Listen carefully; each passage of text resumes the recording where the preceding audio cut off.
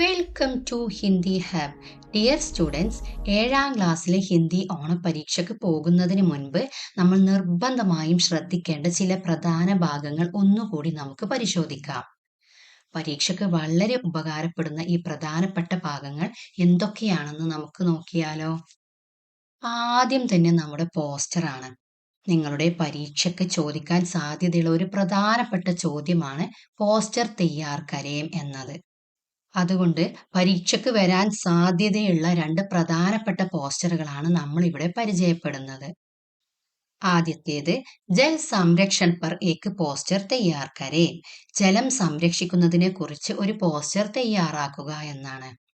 ഇത് നിങ്ങൾക്ക് വരാൻ വളരെ സാധ്യതയുള്ള ഒരു പോസ്റ്ററാണ്.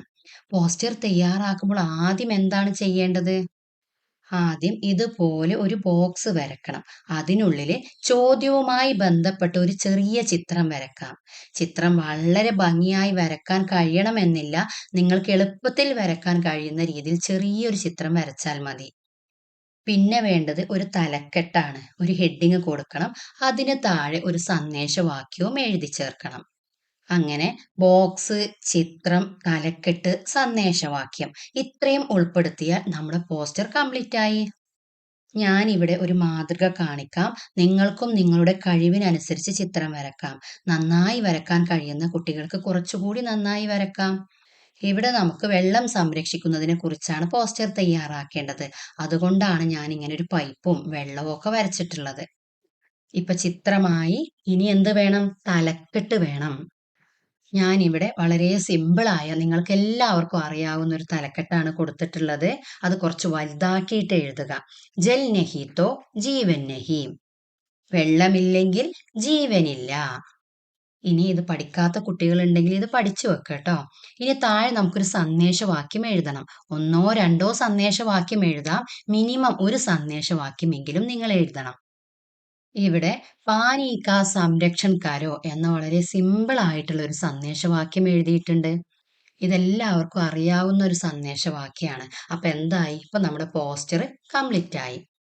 ആദ്യം നമ്മൾ ബോക്സ് വരച്ചു, പിന്നെ ചിത്രം വരച്ചു, പിന്നെ ഹെഡിങ് കൊടുത്തു, പിന്നെ സന്ദേശവാക്യം കൊടുത്തു. ഇനി ഇതുപോലെ വളരെ പ്രധാനപ്പെട്ട മറ്റൊരു പോസ്റ്ററാണ് പ്രകൃതി സംരക്ഷൺ പർ ഏക് പോസ്റ്റർ തയ്യാർ കരേം. ചിലപ്പോൾ നിങ്ങൾക്ക് ഈ രീതിയിലാവും വരുന്നത്. മുകളിൽ പറഞ്ഞതുപോലെ തന്നെ ആദ്യം ഒരു ബോക്സ് വരക്കുക. ഈ ക്വസ്റ്റ്യനുമായി ബന്ധപ്പെട്ട ഒരു ചിത്രവും വരക്കല്ലേ. പ്രകൃതി സംരക്ഷണത്തിന്റെ പോസ്റ്റർ എന്ന് പറയുമ്പോൾ നമ്മൾ എല്ലാവരും ഏത് പിക്ചറാവും വരക്കുക? നമുക്കിവിടെ ഒരു മരത്തിന്റെ ചിത്രം കൊടുക്കാം. ഇതാവുമ്പോൾ നിങ്ങൾക്ക് എല്ലാവർക്കും വളരെ ഈസി ആയി വരക്കാൻ പറ്റുന്നതാണ്. ഒരു മുഴുവനായ ഒരു മരവും ഒരു മുറിച്ച ഒരു മരവും കൊടുത്തിട്ടുണ്ട്. ഈ തലക്കെട്ട് എഴുതണം. മുകളിൽ നമ്മൾ എന്താണ് തലക്കെട്ട് എഴുതിയത്? ജൽ നഹി തോ ജീവൻ നഹീം എന്ന് എഴുതി. ഇവിടെ നമ്മൾ പ്രകൃതി നഹി തോ ജീവൻ നഹീം ഇങ്ങനെ കൊടുത്തിട്ടുണ്ട്. അപ്പൊ വെള്ളത്തിന്റെ പോസ്റ്റർ ആകുമ്പോൾ ജൽ നഹീം തോ ജീവൻ നഹീം, വെള്ളമില്ലെങ്കിൽ ജീവനില്ല. ഇവിടെ പ്രകൃതി നഹി തോ ജീവൻ നഹീം, പ്രകൃതി ഇല്ലെങ്കിൽ ജീവനില്ല. ഇനി നമുക്കൊരു സന്ദേശവാക്യം കൂടി വേണം. ഇവിടെ നമ്മൾ പ്രകൃതി കാ സംരക്ഷൺ കരോ ഇങ്ങനെയാണ് കൊടുത്തിട്ടുള്ളത്. മുകളിൽ നമ്മൾ പാനി കാ സംരക്ഷൺ കരോ എന്ന് കൊടുത്തു. ഇവിടെ നമ്മൾ പ്രകൃതി കാ സംരക്ഷൺ കരോ എന്ന് കൊടുത്തു. ഇത് തന്നെ എഴുതണമെന്ന് യാതൊരു നിർബന്ധവുമില്ല. നിങ്ങൾക്ക് പറ്റുമെങ്കിൽ മറ്റു പല സന്ദേശവാക്യങ്ങൾ കൂടി എഴുതി ചേർക്കാം. ഇവിടെ പോസ്റ്റർ ബുദ്ധിമുട്ടുള്ള മക്കൾക്ക് വളരെ സിമ്പിൾ ആയ ഒരു രീതി കാണിച്ചതാണ്. ഈ രണ്ട് പോസ്റ്ററുകളും വളരെ ഈസിയാണ്, എന്നാൽ വളരെ പ്രധാനപ്പെട്ടതുമാണ്. ഏകദേശം ഒരേ രീതിയിലുള്ള പോസ്റ്റർ ആയതുകൊണ്ട് ഒന്ന് നന്നായി പഠിച്ചാൽ മറ്റേതും നിങ്ങൾക്ക് എഴുതാൻ കഴിയും. അതുകൊണ്ട് ഈ രണ്ട് പോസ്റ്ററുകളും മറക്കാതെ പഠിച്ചു വെക്കണം. പോസ്റ്ററിന് കിട്ടുന്ന മാർക്ക് ഒരിക്കലും മിസ്സാവരുത്. കുട്ടികളെ, ഇതുകൂടി നിങ്ങൾ പഠിച്ചു വെക്കണം. പരീക്ഷയ്ക്ക് പോസ്റ്ററോ സൂചനാ ബോർഡോ തയ്യാറാക്കാൻ വന്നാൽ ഇതിൽ നിന്നുള്ള പ്രധാനപ്പെട്ട സന്ദേശങ്ങൾ നിങ്ങൾക്ക് ഉപയോഗിക്കാം. അതുകൊണ്ട് ഈ 6 സന്ദേശവാക്യങ്ങളും പഠിച്ചിരിക്കണം. മീനിങ് പറയാം. സ്വച്ഛത അപ്പനായേ ബീമാരിയ ബഗായേ. ശുചിത്വം പാലിക്കൂ, രോഗങ്ങളെ അകറ്റൂ. സാഫ് സുതര ഗാവ് സുന്ദർ ഗാവ്. വൃത്തിയുള്ള ഗ്രാമം മനോഹരമായ ഗ്രാമം. പ്ലാസ്റ്റിക് ഹട്ടാവോ, പര്യാവരൺ ബച്ചാവോ. പ്ലാസ്റ്റിക് ഒഴിവാക്കൂ, പരിസ്ഥിതിയെ സംരക്ഷിക്കൂ. പേഡ് ലഗാവോ ജീവൻ ബച്ചാവോ. മരങ്ങൾ നട്ടുപിടിപ്പിക്കൂ, ജീവൻ സംരക്ഷിക്കൂ. ജഹാം സാഫ് സഫായി വഹാം നഹീം ബീമാരി. എവിടെ ശുചിത്വമുണ്ടോ അവിടെ രോഗമില്ല. പാനി ബച്ചാവോ ഭവിഷ്യ സംവാരോ. വെള്ളം സംരക്ഷിക്കൂ, ഭാവി സുരക്ഷിതമാക്കൂ. ഇനി നിങ്ങൾക്ക് പോസ്റ്റർ പോലെ തന്നെ ഇമ്പോർട്ടൻ്റ് ആയ ഒരു ഭാഗമാണ് സങ്കേതപട് തയ്യാർ കരേം, സൂചനാ ബോർഡ് തയ്യാറാക്കുക എന്നത്. സൂചനാ ബോർഡ് തയ്യാറാക്കുമ്പോൾ ചിത്രത്തിന്റെ ആവശ്യമൊന്നുമില്ല. ഒന്ന് രണ്ട് നിർദ്ദേശവാക്യങ്ങൾ എഴുതിയാൽ മതി. നിങ്ങൾക്ക് അതുമായി ബന്ധപ്പെട്ട് വേണമെങ്കിൽ ചെറിയ തോതിലൊക്കെ ചിത്രം വരക്കാം, വരച്ചില്ലേലും കുഴപ്പമില്ല. ഇവിടെ പ്ലാസ്റ്റിക് का प्रयोग रोकने के लिए एक സങ്കേതപട് തയ്യാർ കരേം. പ്ലാസ്റ്റിക്കിന്റെ ഉപയോഗം കുറക്കാൻ വേണ്ടി ഒരു സൂചനാ ബോർഡ് തയ്യാറാക്കുക. ഇത് വളരെ ഇമ്പോർട്ടന്റ് ആണ്. അപ്പൊ നമുക്ക് ഇതിൽ നിന്ന് മൂന്നാമത്തെ പോയിന്റ് ആയ പ്ലാസ്റ്റിക് ഹട്ടാവോ പര്യാവരൺ ബച്ചാവോ എന്ന് എഴുതാം. ഞാനിവിടെ ഇങ്ങനൊരു സൂചനാ ബോർഡ് തയ്യാറാക്കിയിട്ടുണ്ട്. നിങ്ങളത് മനസ്സിലാക്കി വെക്കണം. പ്ലാസ്റ്റിക് ഹട്ടാവോ പര്യാവരൺ ബച്ചാവോ. പ്ലാസ്റ്റിക്കിനെ അകറ്റൂ, പരിസ്ഥിതിയെ സംരക്ഷിക്കൂ. പ്ലാസ്റ്റിക് കാ ഉപയോഗ ബന്ദ് കരേ. പ്ലാസ്റ്റിക്കിന്റെ ഉപയോഗം നിർത്തുക. നെക്സ്റ്റ് ഇതുപോലൊരു ക്വസ്റ്റ്യൻ നിങ്ങൾക്ക് പ്രതീക്ഷിക്കാം. സങ്കേതോം കെ ആധാർ പർ നീച്ചെ ദിയെ പ്രശ്നോം കാ ഉത്തർ ലിഖേം. ഇവിടെ തന്ന പോയിന്റുകളെ അടിസ്ഥാനമാക്കി താഴെ തന്ന ക്വസ്റ്റ്യൻ ഉത്തരം എഴുതണം. ഇവിടെ കുറെ പോയിന്റ്സുകൾ കാണുന്നുണ്ട് അല്ലേ? നോക്കൂ. ഞാൻ മഹാത്മാഗാന്ധി. പേര് മഹാത്മാഗാന്ധി. ജന്മ പോർബന്ദർ മേ ഹുവ. ജനിച്ചത് പോർബന്ദറിലായിരുന്നു. ജന്മ 2 ഒക്ടോബർ 1869 കോ ഹുവ. 1869 ഒക്ടോബർ 2-നാണ് ജനിച്ചത്. പിതാക്ക നാം കരംചന്ദ് ഗാന്ധിദ. അച്ഛന്റെ പേര് കരംചന്ദ് ഗാന്ധി എന്നായിരുന്നു. മാതാക്ക നാം പുത്തലിബായിദ. അമ്മയുടെ പേര് പുത്തലിബായി എന്നായിരുന്നു. ഗാന്ധിജി കോ പ്യാർ സെ ബാപ്പു കഹത്തെ ഹൈ. ഗാന്ധിജിയെ സ്നേഹത്തോടെ ബാപ്പു എന്ന് വിളിക്കുന്നു. വേ ഭാരത് കെ രാഷ്ട്രപിതാ കഹ്ലാത്തെ ഹെ. അദ്ദേഹത്തിനെ ഭാരതത്തിന്റെ രാഷ്ട്രപിതാവ് എന്ന് വിളിക്കുന്നു. ഈ താഴെ തന്ന ക്വസ്റ്റ്യൻ നോക്കൂ. സങ്കേതോം കെ ആധാർ പർ മഹാത്മാഗാന്ധിക്ക് പ്രൊഫൈൽ തയ്യാർ കരേം. ഇവിടെ തന്ന പോയിന്റുകളെ അടിസ്ഥാനപ്പെടുത്തി മഹാത്മാഗാന്ധിയുടെ പ്രൊഫൈൽ തയ്യാറാക്കുക. പ്രൊഫൈൽ തയ്യാറാക്കാൻ നമ്മൾ പഠിച്ചിരുന്നു. ഇവിടെ ഗാന്ധിജിയുടെ പ്രൊഫൈൽ തയ്യാറാക്കാൻ എന്തൊക്കെ പോയിന്റ്സുകളാണ് തന്നിട്ടുള്ളത്? പേര് തന്നിട്ടുണ്ട്, ജനിച്ച സ്ഥലം, ജനിച്ച തീയതി, അച്ഛന്റെ പേര്, അമ്മയുടെ പേര്, അദ്ദേഹത്തിന്റെ ഉപനാമവും അദ്ദേഹത്തിന്റെ പ്രത്യേകതയും തന്നിട്ടുണ്ട്. അപ്പോൾ ആ പ്രൊഫൈൽ ഇങ്ങനെയാണ് തയ്യാറാക്കേണ്ടത്. ഞാൻ മഹാത്മാഗാന്ധി, ജന്മസ്ഥാൻ പോർബന്ദർ, ജന്മതിഥി 2 ഒക്ടോബർ 1869, माता का नाम पुतलीबाई, पिता का नाम करमचंद गांधी, उपनाम बापू, വിശേഷത ഭാരത് കെ രാഷ്ട്രപതി. ഈ ചോദ്യം ചിലപ്പോൾ ഇതുപോലെ പോയിന്റുകളായി തന്നെ ചോദിക്കണമെന്നില്ല. ഒരു ചെറിയ പാരഗ്രാഫായിട്ടും ചോദ്യം വരാം. ഇവിടെ നമ്മൾ ഗാന്ധിജിയെ കുറിച്ചാണ് നൽകിയിരിക്കുന്നത്. എന്നാൽ പരീക്ഷയിൽ മഹാത്മാഗാന്ധിക്ക് പകരം മറ്റേതെങ്കിലും സ്വാതന്ത്ര്യ സമര സേനാനികളെ കുറിച്ചും ക്വസ്റ്റ്യൻ വരാം. അതുപോലെ ചിലപ്പോൾ ചോദ്യത്തിൽ ആ വ്യക്തിയുടെ യോഗ്യത, നേട്ടങ്ങൾ തുടങ്ങിയ വിവരങ്ങളും നൽകിയിട്ടുണ്ടാവും. എന്തൊക്കെ വിവരങ്ങളാണ് തന്നിട്ടുള്ളത് അതിന്റെ അടിസ്ഥാനത്തിൽ പ്രൊഫൈൽ തയ്യാറാക്കണം. അപ്പോൾ പ്രൊഫൈൽ എങ്ങനെ തയ്യാറാക്കണമെന്ന് എല്ലാവർക്കും മനസ്സിലായി എന്ന് കരുതുന്നു. ഇനി ഇവിടെ മറ്റൊരു ക്വസ്റ്റ്യൻ തന്നിട്ടുണ്ട്. ദാണ്ഡി യാത്രാക്ക നേതൃത്വ കിസ്നെ കിയ. ദണ്ഡി യാത്രക്ക് ആരാണ് നേതൃത്വം നൽകിയത്?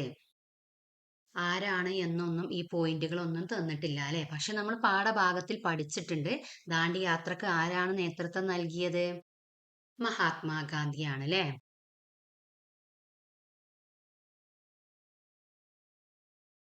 നിങ്ങൾക്ക് വരാൻ സാധ്യതയുള്ള മറ്റൊരു ക്വസ്റ്റ്യൻ ആണ് റപ്പഡ് തയ്യാർ കരേ. പത്രവാർത്ത തയ്യാറാക്കുക. ഇത് നിങ്ങളുടെ പാഠഭാഗത്ത് വന്ന ക്വസ്റ്റ്യൻ ആണ്. നോക്കൂ. ഗാന്ധിജി അഹമ്മദാബാദ് സെ പൈദൽ ചൽക്കർ ദാണ്ഡി പഹുഞ്ചെ. खुद नमक बनाकर अंग्रेजों का कानून तोड़ा. इस घटना पर समाचार पत्र के लिए एक रपड़ तैयार करे. ഗാന്ധിജി അഹമ്മദാബാദിൽ നിന്ന് കാൽനട യാത്രയായി ദണ്ഡിയിൽ എത്തിച്ചേർന്നു. സ്വയം ഉപ്പുണ്ടാക്കി ബ്രിട്ടീഷുകാരുടെ ഉപ്പ് നിയമം ലംഘിച്ചു. ഈ സംഭവത്തെ ആസ്പദമാക്കിയിട്ട് ഒരു പത്ര റിപ്പോർട്ട് തയ്യാറാക്കണം. ഇത് നമ്മൾ പഠിച്ച ക്വസ്റ്റ്യൻ ആണ്. പത്രവാർത്തയുടെ ഫോർമാറ്റ് ആദ്യം പഠിച്ചു വെക്കുക. ആദ്യം സമാചാർ എന്ന് ചെറുതായിട്ട് എഴുതുക. അതിൻ്റെ താഴെ ഒരു തലക്കെട്ട്, ഒരു ഹെഡിങ് കൊടുക്കുക. പിന്നെ സ്ഥലപ്പേര്, ഒരു ഡേറ്റും വേണമെങ്കിൽ ചേർക്കാം. സ്ഥലപ്പേര് നിർബന്ധമാണ്. അതിൻ്റെ താഴെ വിവരണം ചേർക്കണം. നോക്കൂ. സമാചാർ പത്രവാർത്ത. അംഗ്രേസോം കെ നമക് കാനൂൻ കാ വിരോധ്. ബ്രിട്ടീഷുകാരുടെ ഉപ്പ് നിയമത്തിന് എതിരെ. ഇതാണ് ഹെഡിങ് കൊടുത്തിട്ടുള്ളത്. 6 April 1930 എന്ന ഡേറ്റ് കൊടുത്തിട്ടുണ്ട്. അതെന്നാണോ സംഭവിച്ചത് അന്നത്തെ തീയതിയാണ് കൊടുത്തിട്ടുള്ളത്. ദണ്ഡി എന്ന സ്ഥലപ്പേരും കൊടുത്തിട്ടുണ്ട്. അംഗ്രേസോം നമക്ക് പർ ടാക്സ് ലഗായാ ബ്രിട്ടീഷുകാർ ഉപ്പിന് നികുതി ചുമത്തിയിരുന്നു. ഗാന്ധിജിനെ ഇസ്കെ വിരോധ മേം അഹമ്മദാബാദ് സെ ദാണ്ഡി തക് പൈദൽ യാത്രാക്കി. ഗാന്ധിജി ഇതിനെ എതിർത്തുകൊണ്ട് അഹമ്മദാബാദിൽ നിന്ന് ദണ്ഡി വരെ കാൽനട യാത്ര ചെയ്തു. ഇസ് യാത്രാമേ ഹസാരോ ലോഗ് ഗാന്ധിജി കെ സാത്ത് ഷാമിൽ ഹുയെ. ഈ യാത്രയിൽ ആയിരക്കണക്കിന് ആളുകൾ ഗാന്ധിജിയുടെ കൂടെ പങ്കെടുത്തു. दांडी पहुंचकर गांधी ने समुद्र के पानी से नमक बनाया और नमक कानून तोड़ दिया. ദണ്ഡിയിൽ എത്തിച്ചേർന്നിട്ട് ഗാന്ധിജി സമുദ്രത്തിലെ വെള്ളത്തിൽ നിന്ന് ഉപ്പ് നിർമ്മിച്ചു. അങ്ങനെ ഉപ്പ് നിയമം ലംഘിച്ചു. ഈ പത്ര റിപ്പോർട്ട് നിങ്ങൾ എന്തായാലും പഠിച്ചിരിക്കണം. ബൈഹാർട്ട് ചെയ്യരുത്, മനസ്സിലാക്കി പഠിക്കണം.